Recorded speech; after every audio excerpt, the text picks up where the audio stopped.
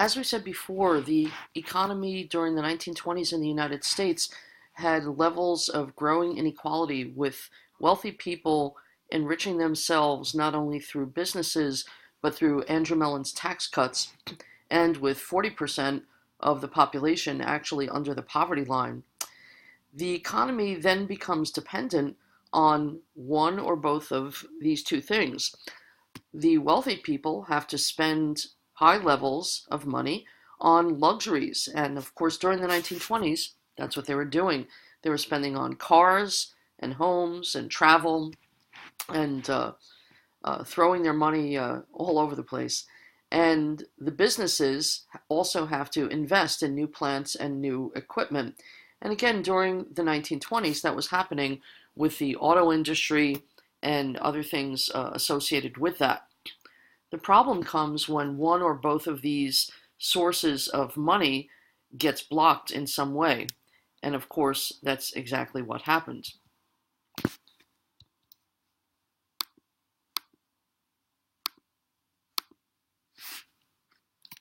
The event that caused all of these fundamental weaknesses of the economy to come together and end up in a depression was the stock market crash of 1929. During the 1920s, there had been a great boom in the stock market. Prior to the 1920s, most middle class people really didn't invest in the stock market. It was something for rich people to do. However, during the 1920s, there was a push by stockbrokers and banks to try to get middle class Americans to invest in the stock market as well. So they did this by encouraging people to buy stock by allowing them to buy it without putting the full price down. Instead, they only had to put down a down payment, and this was called buying on margin. So a person could put down 10% or 20% of the price of the stock, and the stockbroker would lend them the rest of the money. Many people did this because they assumed that they could put down 10 or 20%, and in a few months they could sell their stock, which would have risen in price tremendously, and they could both pay back their stockbroker and make a nice profit as well. In addition to the middle class newly arrived to the stock market, many banks also invested their money in the stock market, as well as many corporations looking for easy profits. And you can see in the chart here how much the stock market increased from 1924 to 1929. This particular chart shows what they call the Dow Jones Industrial Average, which was an average of the 30 biggest and most important stocks of the period. And although it doesn't show the entire stock market, even until today, it's used as a general look at what the entire market is doing. And you can see the huge run-up in the late 20s, and then all of a sudden, in what turned out to be October 1929, a tremendous drop in the market. Many historians have tried to figure out what caused the drop, if there was some specific event, because it is true that sometimes historical events can cause markets to drop. For example, the assassination of President Kennedy in 1963 caused the market to drop, and so on and so forth. But in the case of the crash of 29, there was nothing really specific that made this happen. Most economists would say that simply the market got so high in terms of the value of the stocks that sooner or later people decided that they wanted to cash out and that it was unlikely that the market would go much higher. And once a significant number or a critical mass of people start to sell off their stocks, it starts bringing on a mentality among other people that they also had better sell their stocks before the price really starts going down even further. And that's exactly what happened here. This was true even though a group of very significant bankers stepped in trying to buy stocks so that the market would go back up, but the effect was only temporary. And so you can see by the end of 1929, in the chart, the stock market had lost practically half its value that it had gained during the 1920s. And although it took a little blip upwards in early 1930, then after that, it pretty much successively went down until the depths of the Depression in 1932.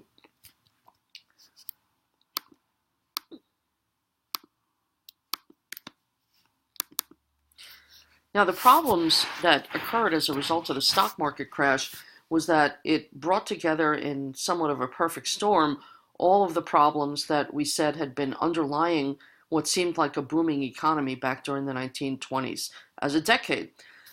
So many of the wealthy people of America were invested in the stock market that when the market crashed, they suddenly felt like they had no money anymore because certainly on paper their stocks weren't valued as much. Remember, up to that point, the economy had been heavily dependent on the spending of wealthy people to keep it going. And at this point, wealthy people may not have lost everything, but they lost enough money in the stock market that it scared them and they would stop spending. So all of a sudden, they wouldn't buy that new yacht, they wouldn't buy that third vacation home, they wouldn't buy that fifth automobile or whatever else they were spending on. So that immediately put a halt to much of economic activity. On top of that, as I said, many companies were invested in the stock market as well. And as soon as they saw all that money disappear, which of course was only paper, money on paper, it wasn't real money, it was what the value of the stocks were, they were forced to cut back. Many companies had invested in the stock market in the hopes that they could gain money to then expand later on. But now that that money was gone, number one, they wouldn't expand. But then on top of that, they started laying off their workers because they felt that they didn't have money to continue paying them. They cut back on any kind of future investment and so on. And then, in addition to that, the banks who were invested in the stock market also decided to cut back on many of their activities. So, for example, since they lost money in their investments, they stopped lending to not only Americans, but also to foreign countries. And when foreign countries could no longer get American loans, then the foreign countries, whether that be Britain, France, or South American countries, they didn't have the money to import U.S. goods, most of which at that point were agricultural. And of course, the farmers were already having difficulties in terms of overproduction of crops. So in the end, what happened was is that the falling of the stock market in such a significant way set off a round of consequences in which the wealthy people stopped spending, the corporations stopped investing, banks started to fail, and these things all piled up on top of one another until the United States very quickly, when you get into 1930, is in a recession. And of course, these days we call it the Great Depression because it was so severe and so long lasting.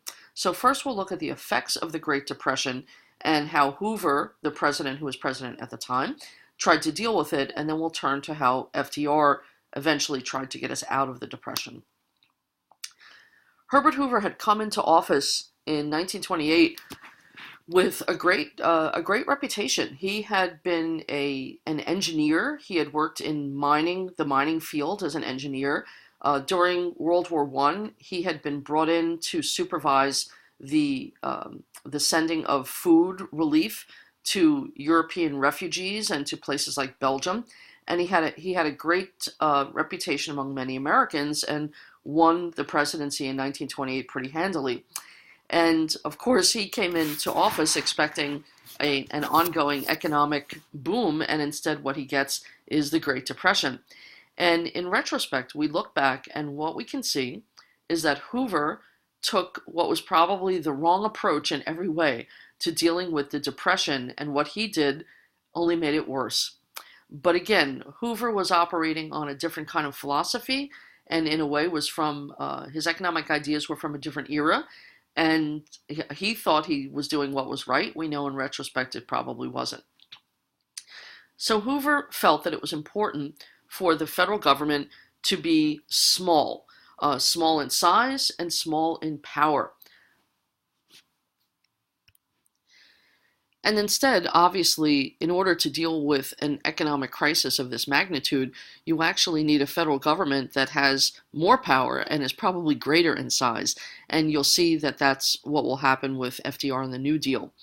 What was even more problematic was that Hoover was very set on keeping the federal budget balanced.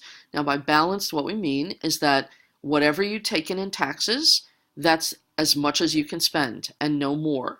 In other words, you couldn't run what we would today call a deficit. Now, in normal times, a balanced budget is perfectly fine to have.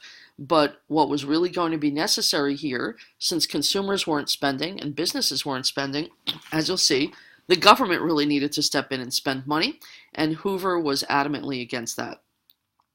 Hoover was also very supportive of the high tariffs that had been put in place in the 1920s, and of course puts on even more. He supported the previous Forty-Macumber tariff, and then he was the one who put through the Smoot-Hawley tariff. And in his mind, this would help American business, but in reality, what was happening is that it was choking off trade with other countries, and they put up retaliatory tariffs, and so the depression not only hit the United States, but it then started to hit European countries in particular.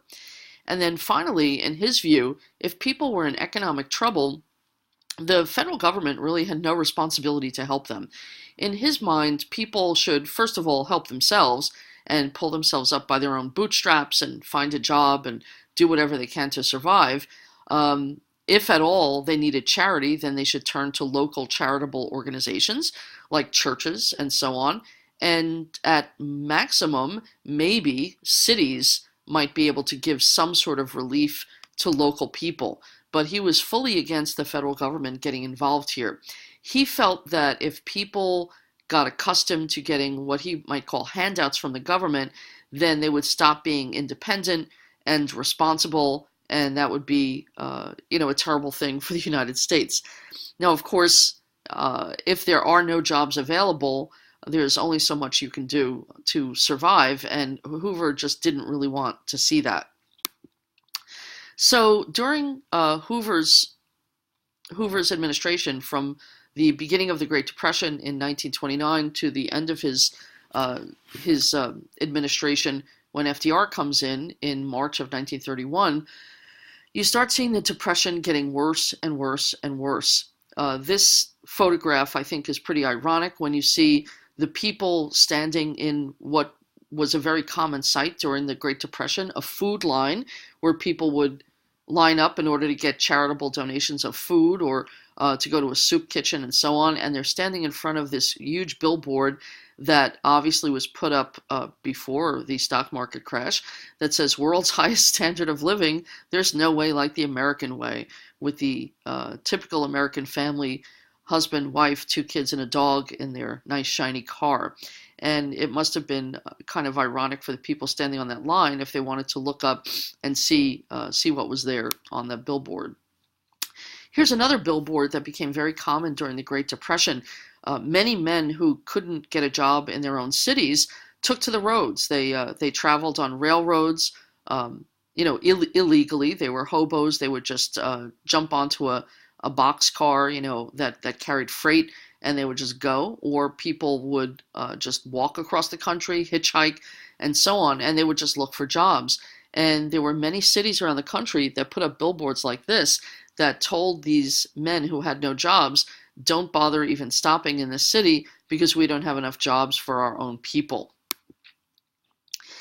Lots and lots of people lost their homes during the Great Depression because banks foreclosed on their mortgages, something, of course, that had been happening with farmers even during the previous decade. And all these people essentially became homeless. And so in many, many cities, what these homeless people did is that they would gather together scrap lumber and other sorts of materials, and they would build little shacks on the outside districts of towns. And these little areas that were makeshift temporary shelters really became known as Hoovervilles in honor of the president. And you can see one here. And this was in almost every city in the country. And I like this photograph because you have these 2 little kids saying Hoover's Poor Farm Tobacco Fund. So I guess they were hoping, or at least their father was probably hoping, that the cute little kids would be able to get some donations for him to buy some cigarettes. And then at the bottom it says, hard times are still hoovering over us. Hoover lent his name to a lot of other things during the Depression as well. So, for example, when people would turn their pockets inside out and show that there was nothing in them. Their pockets inside out were called Hoover flags to show that their pockets were empty and had no money, and so on.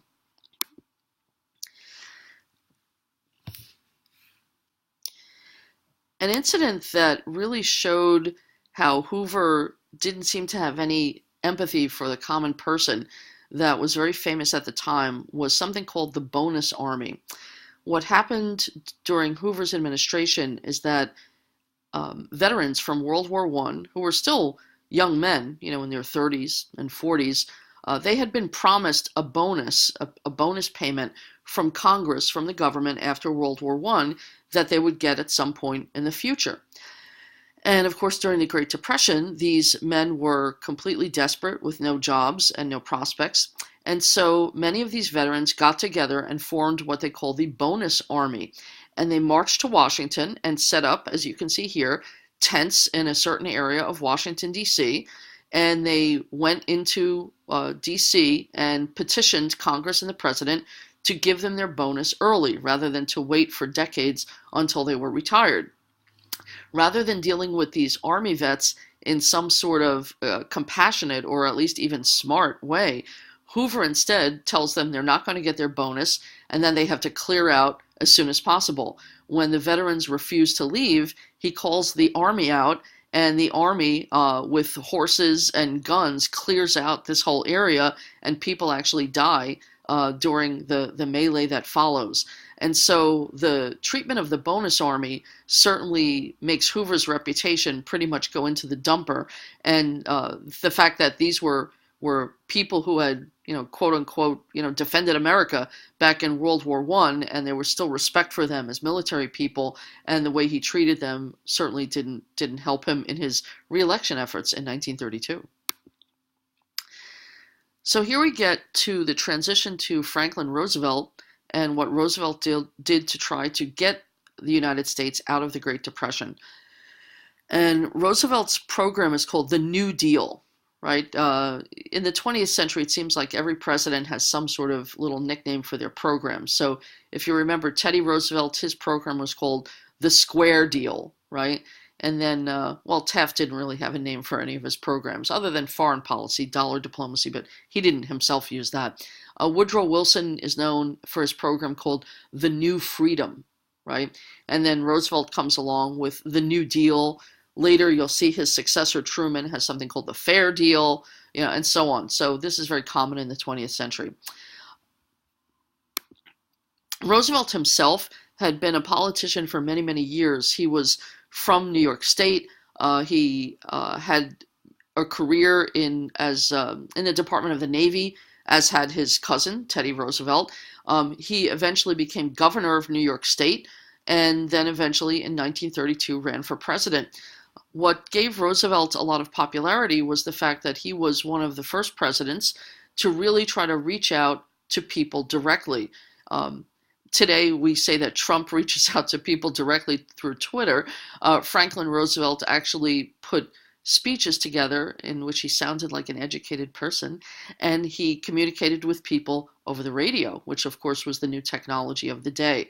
And once he became president, these radio sessions were called fireside chats, with the idea that he would be reaching out to Americans gathered in their living room around the radio. Of course, people didn't gather around their televisions because television wasn't in people's homes yet, but instead they would gather around their radio with presumably a nice fireside nearby, crackling on the hearth, and Roosevelt would talk to them more as a person-to-person speech rather than something very, very formal that you would deliver to a large group. And so this was one of the things that contributed to his big popularity.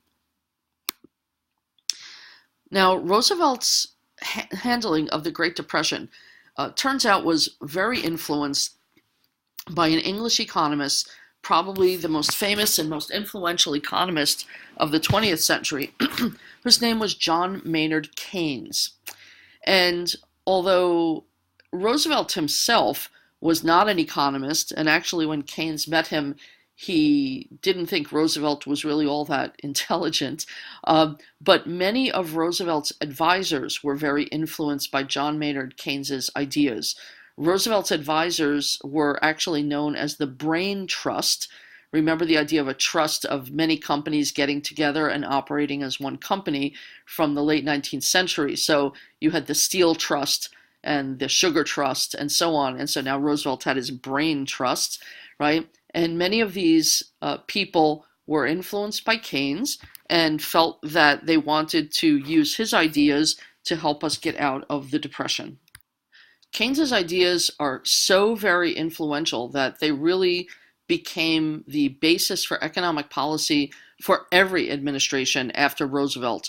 Even presidents who don't really like some of Keynes's ideas have been pretty much forced to go along with what his basic prescriptions are for the economy. And so very, very, very influential economists. Keynes's idea about the Depression, and this was backed up by lots and lots of research and data, he said a depression occurs when there is not enough spending in the economy. Now, that may almost seem obvious to us, but believe it or not, in the 1920s and 30s, it really had not occurred to a lot of economists that spending was the engine that drove an economy. And as you recall, what happened as a result of the stock market crash was that wealthy people stopped spending, businesses stopped spending, and this started, it was almost like a snowball rolling down a hill, gathering more snow as it goes and becoming bigger. The lack of spending that's in one part of the economy kind of multiplies through the rest of the economy. There's actually a concept in economics called the multiplier, and that is what drove us further and further down into the Depression. Now, according to most economists, and what had often happened in previous years, even when you're in a recession or a depression, sooner or later somebody starts spending. Businesses may decide, well, they're more optimistic about the future, and they start building some new factories, right? Or the ordinary person may start spending in some way. And you don't necessarily need a huge influx of money, just a certain amount, a critical mass of money to start the spending ball rolling. So in 1929, when the market crashed, everyone expected this spending to happen quickly. But 1930 came and went, and there was no significant increase in spending. 1931 came and went. 1932, right? And by this point, the Depression was just going on and getting worse and worse, with levels, as I've said before, of up to 25% unemployment. So some economists were worried that we would just be in essentially a permanent depression. Keynes said that was not going to be necessary. He said, so far we've been depending on spending from either private individuals or businesses. And he said, if private individuals are not optimistic enough to spend or don't have the money, and remember, of course, so many Americans were even poor before the Great Depression, so even more people were poor during it, so the spending wasn't coming from there. And he said, if businesses won't spend, and they weren't spending because they were not optimistic about the future and felt that no one would buy their products, so they wouldn't spend on new plants and equipment, he said there's a third institution or part of the economy that can and must spend in order to get the country out of a depression, and that institution is government. Now, up to this point, government had never really been involved in major spending in the economy. It's true that back during the 19th century, the government gave land grants to railroads, but that wasn't really a lot of spending on their part. The government technically owned the land already and were kind of giving it away for free to railroads, so they weren't spending other sorts of money. And as a general rule, you know that the government more or less took a laissez-faire approach to much of the economy most of the time, as did most governments in the world. So this was a radically new idea that the government should spend money not just on its own operations, like to run the military or to keep the post office going, or things like that, but instead should directly spend in some sort of way to get the economy out of a depression and into an expansion, right? And so Keynes had lots of data behind him, and he said the government needs to spend X amount of money, right? And then that would work its way through the economy, and it would get us out of a depression. And so His feeling was that the government needed to spend in a couple of different ways. What the government could do is start spending on things like infrastructure, which are road projects, building dams, building ports, building airports already by the 1930s. That's what you need, building other sorts of things. So that would be a government project where the government could directly build something, and by employing and paying the workers, that money would then cycle through the economy and help to lift us out of the Depression. The other thing the government could do, Keynes said, if necessary, is actually essentially give money or support the household spending of the ordinary person, sometimes even just by sending them a check. Or if not, they could employ people in different sorts of ways. Either way, whether it's through some sort of project or by sending money to people or employing them in different sorts of ways, Keynes said that as long as the government spent a certain amount of money, that would start the ball rolling. And then once the ordinary person had money to spend by being paid by the government, then businesses would be happy to take their own money and investment spend and build new plants and equipment and then further employ those people. So that was his idea. Now, Keynes said, where's the government going to get the money that it needs to spend? So, of course, the government normally gets its money from taxation. And Keynes said, you still have to continue to tax people, especially people at the top of the income pyramid. So that's what we call progressive taxation, where the income tax percentage progressively rises, where people at a lower level are taxed at a lower percentage and people at an upper level are taxed at a higher percentage of their income. And Keynes's idea here again was to get money out of people's mattresses, essentially, and get it circulating in the economy. Because I think it's important to note, too, that although so many people were affected by the Depression negatively, there were always people at the top of the income pyramid who still had lots of money, who in some cases hadn't invested in the stock market, who maybe were a little more old-fashioned, kept their money in a nice, safe place, and were able to ride out the Depression living pretty large with the money that they had, especially because during a Depression, prices actually fall. So if you had money safely stored away during the stock market crash, you actually might have a nice decade ahead of you in terms of your spending. So Keynes was pretty much saying we have to get that money out of the hands of people who are just sitting on it and not using it for the economy, and the way you do that is through progressive taxation. But of course, when 25% of your population is unemployed, and maybe another 25% is underemployed with maybe part-time jobs, and a few more people have jobs but they don't get paid very much, taxation is not going to give you as much as you need to get the economy going. So this was the truly revolutionary idea that Keynes had. He said, you know, it's perfectly acceptable for the government to borrow the money that they need to spend. Prior to the Great Depression, the only time the government borrowed money was during wartime, because that was seen as a major national emergency. And if you needed to borrow money from banks or from people through bond sales and so on, that would be acceptable, because essentially in wartime, you're in a fight for your life and a fight for survival. Keynes said, if a depression is bad enough, you're also in a fight for your life and a fight for survival, and the government should feel free to borrow money from whatever sources had the money. And again, I'll repeat, there were always wealthy people around who had money who they could lend, and there were still banks out there who had money tucked away that they could lend, and so on, right? So Keynes said, perfectly acceptable for the government to borrow, but if the government borrows money above and beyond what it brings in taxes, then it runs in 1 year what we call a deficit. In other words, it's not bringing in enough money to cover what it's spending. Keynes said in a depression, this would be perfectly fine, because the government would run at a deficit for however long it took to get the economy out of the depression.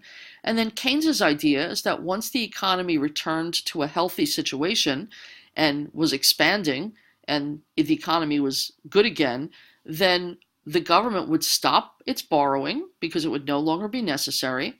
And for any debt that it had accrued during the Depression, now that more people were working and businesses were prosperous, you could get more in taxes and then gradually pay off the debt that you had incurred during your deficit spending.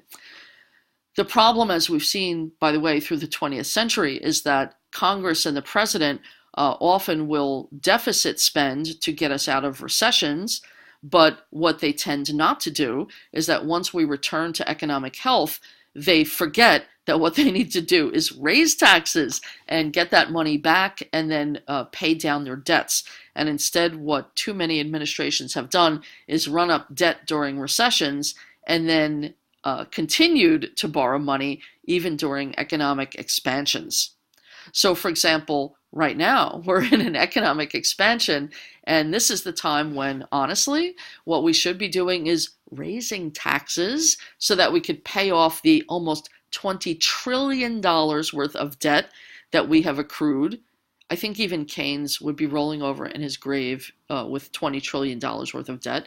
But instead, our government has just cut taxes massively on many, many people and sectors of the economy. So we're not really doing what Keynes told us to do.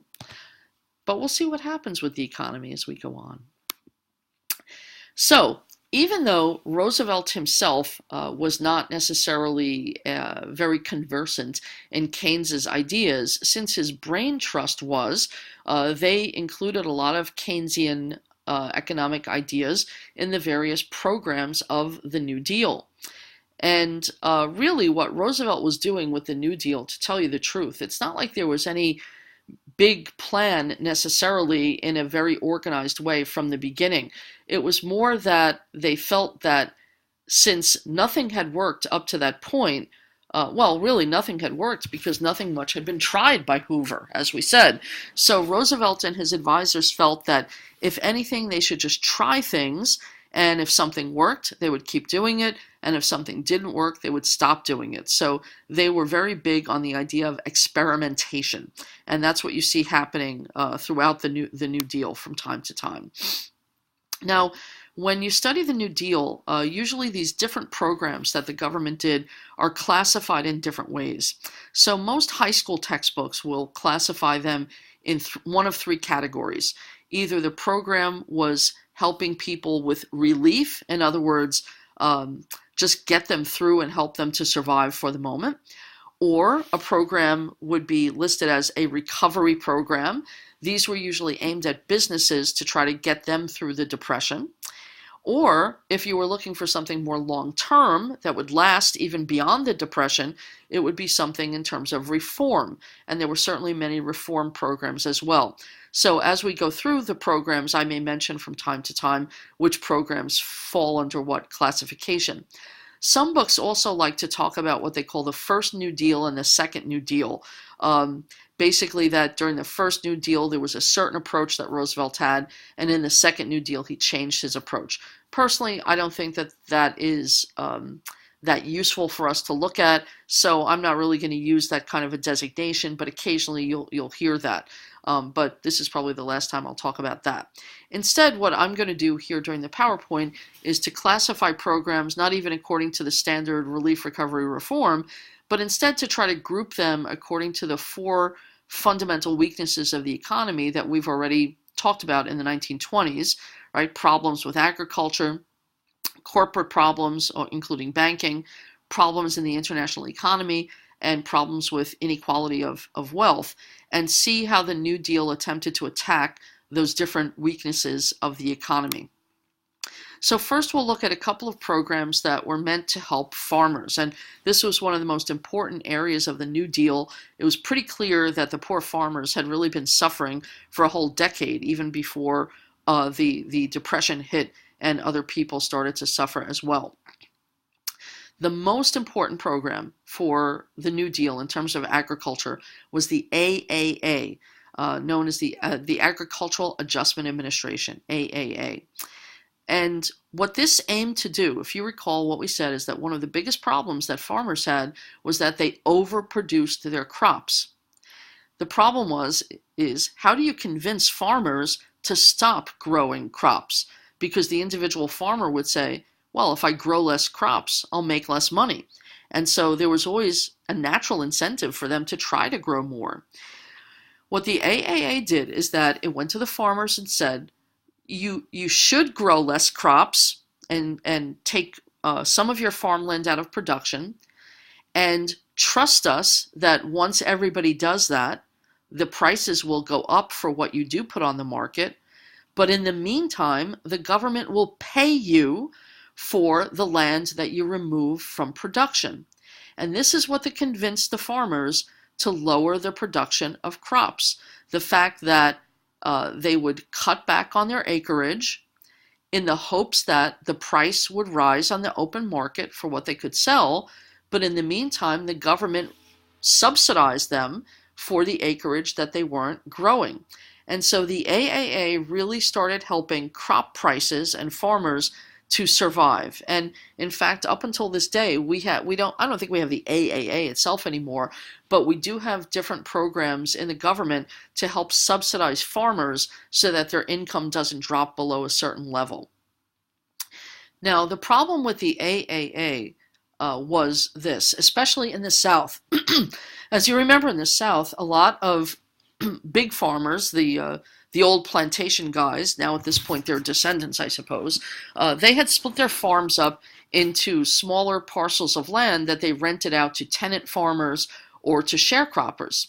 Now, when the AAA came along and offered farmers to cut back on production and give them subsidies as a result, as you might imagine, down in the South, the white plantation owners would cut from production all the land that the sharecroppers were using and tell them, sorry, you can't do anything on my farm anymore, because then the white plantation owner would just take the rest of the money.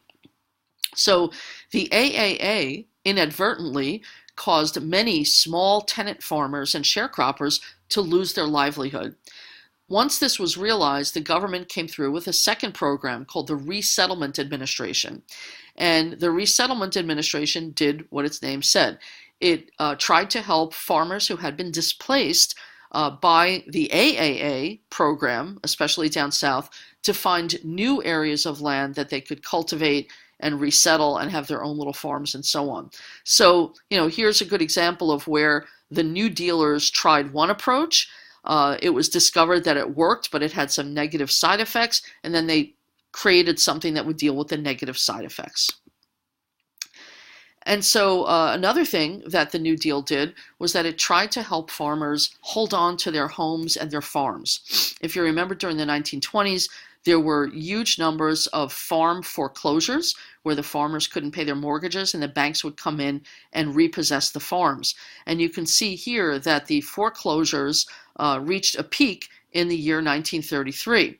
But then when the New Deal comes in, they start this new program called the Farm Credit Administration. And what the FCA would do is go to farmers and then the banks who they had their mortgages with, and they would renegotiate the terms of the mortgage so that the farmers' monthly payments would be lower. But however, the banks eventually would get all their money back for the mortgage.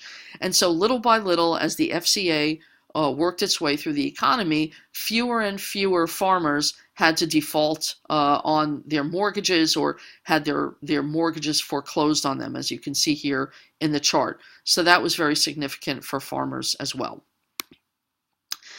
Now, there were other agricultural programs too, but if you remember those top three, I think you'd be good, right? Now let's turn to the international economy. Roosevelt didn't do as much in the way of the international economy as he did with domestic programs. I mean, there was so much to be done domestically, but there were one or two things that dealt with the international scene. Probably the most important one was something called the Reciprocal Trade Agreements Act, right? The Reciprocal Trade Agreements Act. And what this was, as you recall, we had already put up these very high tariff walls, and then other countries had also put up tariff walls, and it had choked off trade between countries that would have been beneficial. So Congress allowed the president to go to another country that had high tariffs as well as our own. And the president could make deals with other countries where if they would lower their tariffs, we would lower our tariffs. And that's what made it reciprocal. And so little by little, throughout the 1930s, we made bilateral trade deals with other countries where we both agreed to bring our tariff walls down. And that was significant, again, because it allowed American farmers and manufacturers to begin to sell to a foreign market, and other countries as well, if they had things that we didn't make, could sell to us. And I mean, as a general rule, most economists in the 20th century are big proponents of free trade with very low tariff barriers. So this started a trend in American and international economy to constantly lower tariff barriers throughout the rest of the whole century. Of course, the most recent tariffs that Trump is talking about putting on for steel and aluminum, we may be starting to go in another direction. But most economists really don't agree with this sort of approach these days. Another thing that Roosevelt turned to, of course, were the problems with corporations and especially with banks. Because, of course, banks and finance are really like the circulatory system of the economy. And so just like back in 2007 and 2008, when our banking system seemed like it was on the verge of complete collapse, our government in 2007 and 2008, with both President Bush and President Obama, had to step in with some massive programs to help banks survive so that everything else could survive. So Roosevelt pretty much has to do the same thing when he comes into office. And almost the very first thing he does is address the financial system with something that technically is called the Emergency Banking Relief Act. But the way Roosevelt phrased it, he always wanted to sound positive. He came into office and he said, "We're declaring a bank holiday." I mean, what could be better than a holiday, right? So he said the banks will be closed for 3 days, and it's like a holiday, right? So everybody saw this as sort of a positive thing. If you were in the government, though, this was not positive, because what you were doing is they sent armies of accountants and economists into every bank, and they very quickly looked at all their accounting books and ledgers and everything that they had, and they tried to determine which banks were in good shape and could reopen after this bank holiday, and which banks were on the verge of collapse and would be better to be closed or consolidated with other banks. And that's exactly what happened, right? After a 3-day blitz of looking at all the banks in the country, which is hard to believe even how they were able to do that, the banks reopened. But at that point then, Roosevelt could assure the country that the banks that had reopened were good, in good financial shape. It was safe to put your money in those banks. You didn't have to do a run on the bank. And then that way we could move forward with a more normal financial system. The next thing that Roosevelt did also to assure people that their money was safe in banks, and remember, you have to put money in banks or else banks won't have money to lend out to businesses that need to investment spend. So that was really important. So one of the other things that Roosevelt did was create what's called the FDIC, the Federal Deposit Insurance Corporation. This was one of those things that has lasted even until today, so it would count as a reform program, right? And what the FDIC does is that it says to the depositors in a bank, you can put your money in this bank and not worry about it, because even if the bank disappears, the government has your money insured and you will not lose your money. And so it started with a fairly small amount that would be insured, a couple of $1,000s, but today it's up to $250,000 in one account. And as long as you make multiple accounts, even in one bank, the FDIC promises that they will get your money back to you. We've actually very rarely had to use this in most times, but it's an insurance program that has worked for many decades and has kept our banking system in a good way.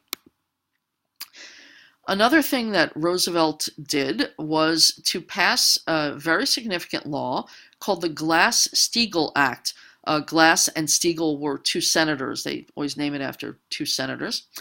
And what the Glass-Steagall Act did was this. It separated banks into two groups. You could either be an investment bank or you could be a commercial bank. Now, what's the difference? Commercial banks are the kind of banks that you and I deal with.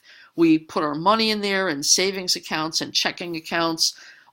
Commercial banks can make fairly small loans, like for mortgages. I mean, honestly, a couple $100,000 really counts as small, you know.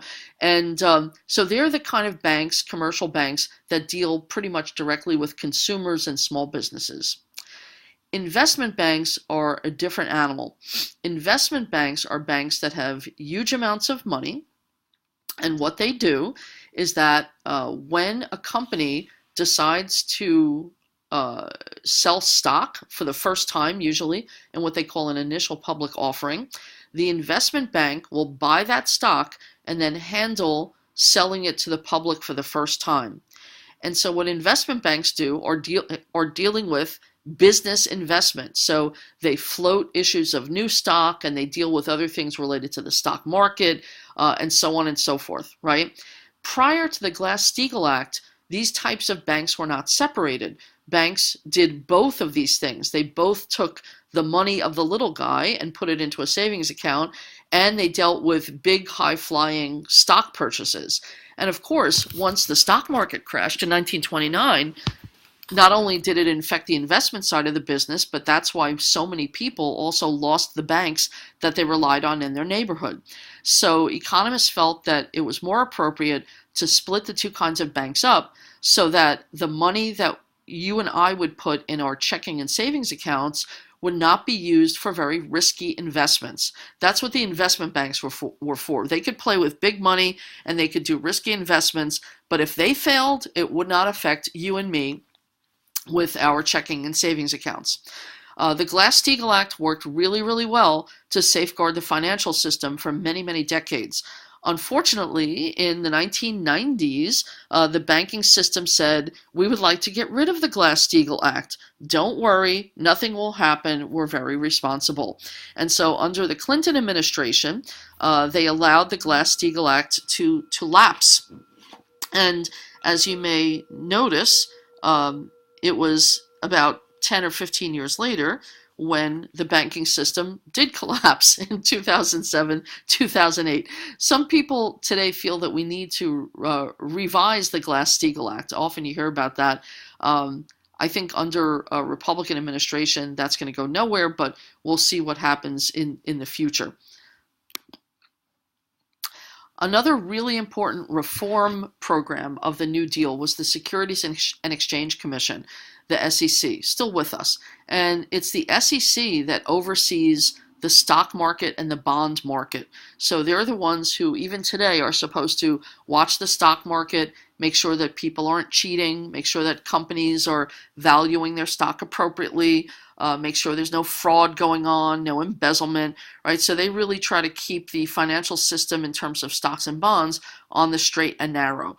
They generally do a good job, but sometimes they also overlook some things that get us into trouble. I think they could have been more vigilant also back around 2007, 2008. But without a doubt, the SEC throughout the decades has been one of the really great programs of the New Deal that's kept us in a pretty secure financial footing. One more thing that Roosevelt did in terms of the financial system is that he temporarily took us off the gold standard, right? If you remember, we had been on a gold standard since the late 19th century. In other words, our paper money was backed up by gold. But what was happening during the Great Depression is that people were losing confidence in the money. And up to that point, as you recall, you could take your paper money into a bank and replace it with gold. So during the years of the Great Depression, what was happening is that people were losing faith. They would go into the bank and replace their paper money for gold. And essentially, the gold was just flowing right out of the reserves of the United States, either into people's homes here in the U.S., or in some cases, foreigners were also taking gold and stashing it away in their own reserves in other places. So Roosevelt temporarily said we're not on a gold standard anymore, meaning that you could no longer exchange your paper money for gold. That eventually was rescinded in later years, but what it did at the moment was stop the flow of gold out of the U.S. reserves. Um, Eventually it gets put back, but then we go off the gold standard completely under the Nixon administration in the 70s. And honestly, most economists would say today that there's really no need to have any kind of a gold standard or to have the paper money backed up with anything other than, as it says, the full faith and credit of the United States. So this was the beginning of that. Now, so far we've looked at mostly banking programs. The major big corporate program of the New Deal, and this would be the first New Deal. I said sometimes we do these things by first and second New Deal programs, was something called the National Recovery Administration, known by the now unfortunate acronym NRA, which brings other things to mind these days. But the NRA, many New Deal economists thought that this was really going to be the big program of the New Deal.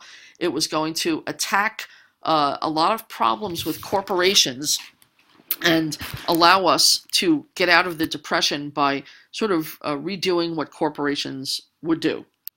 Now, what was the NRA going to do? Well, if you remember, since the progressive era under Teddy Roosevelt, there had actually been a big push to get corporations to break apart if they were too big, right? If there were these big trusts and so on, the government often wanted to break them apart. It instead wanted businesses to compete with one another, and the idea is that by competing with one another, they could either come up with better products or even lower prices that would help the consumer. Well, the problem during a depression is that if you compete with one another and you drive each other out of business and you constantly look for lower prices, what's happening is that businesses are going out of business and people are becoming unemployed, and there seems to be no relief for that. So there were economists who said that the way to deal with this is that at least for the duration of the Depression, instead of encouraging businesses to break up and compete, that instead we should have businesses get together and cooperate. And that's what the whole NRA was supposed to be about. Essentially, it suspended antitrust legislation, and instead it encouraged businesses in various areas to get together and collaborate on what they were doing. So, for example, let's say they brought together all the milk producers of America, right? And instead of competing with one another, a way that they could collaborate would be that they could divide the country up, and one milk producer would sell only to the Northeast, and another would sell to the Southeast, and another to the Midwest. And they would essentially agree not to compete, and they could agree on what their prices were. They could all keep prices at a certain level, preferably a somewhat higher one, because of course higher prices, although it seems odd that during a depression you want people to pay more money, but you have to start somewhere. If you have higher prices, then the workers for those corporations could be paid higher prices, and then they of course could circulate that money through the economy where eventually everybody could pay the higher prices. So the basic idea of the NRA was suspend antitrust regulation, allow businesses to collaborate instead of compete, and the businesses could actually together agree to sell their goods for, say, higher prices. They could divide up regions of the country and so on. This normally would not be allowed at all under antitrust legislation. But they really thought that this would help businesses recover, hence National Recovery Administration. Honestly, it didn't work as well as they planned. What would sometimes happen is that businesses themselves would get together and make agreements that they would keep prices at a certain level, and then one of the businesses would walk out of the room and promptly lower its prices in order to compete against the other people in the group. So, typical cheating that would go on the corporate level, right? But eventually, what happened is that the whole NRA was declared unconstitutional, and it was declared unconstitutional in the famous Schechter case, which is sometimes known as the sick chicken case. And it was called the sick chicken case because there was a poultry producer, I think in New York State, who brought suit against the government, saying that the NRA should be declared unconstitutional because, by the way, one of the things the NRA did is that while they allowed companies to collaborate and not to compete and to raise prices and so on, there was also a certain amount of regulation that then they had to put up with. And Schechter, running his poultry farm, he must have had some sort of diseased chickens that maybe he wanted to sell, and the government wouldn't let him sell them, or something like that. But here was the problem. It comes down to again the idea of the constitutionality of things like payments and taxes and so on. And one of the things involved in the case was also that businesses were supposed to pay a small amount of tax to the government to allow the program to run. And Schechter, the poultry guy, really didn't like paying the tax, and he didn't like the idea that the government was regulating his business. And I think his business was entirely intrastate instead of interstate, and normally only Congress can regulate interstate commerce, but not intrastate. And so the justices of the Supreme Court struck down the entire NRA, and that was the end of it. But the government let it go because at that point it became pretty clear that the NRA wasn't achieving the goals that it set out to do anyway. There was one part of the NRA, however, that they decided they wanted to bring back in some way, shape, or form. The part of the NRA that they liked and they wanted to keep was called Section 7A. And what Section 7A was is that it was an agreement that if you were a business that was involved in the NRA program, where you could raise your prices and so on and so forth, you had to pledge that you would pay your workers a certain minimum wage and only have them work maximum hours and have other sorts of things that would help the jobs of the workers that you employed. Now, once the NRA was declared unconstitutional, Section 7A was also not in effect anymore. But at some point, they were going to bring back Section 7A as another law that became very important later on. The last part of this focus on the New Deal will be on programs addressing inequality, but I'll end this particular part of the screencast now because I think that would be all I would do in one class period. So that's it for now.